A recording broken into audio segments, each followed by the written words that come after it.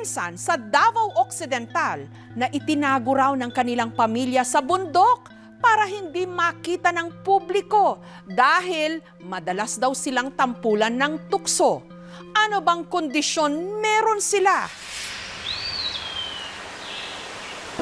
Nung minsang nagsagawa ng home visitation ang public school teacher na si Romney sa isa sa pinakaliblib na komunidad sa Davao Occidental, ang sitio Lablabon na nasa kabundukan ng bayan ng Malita, meron siyang napansin.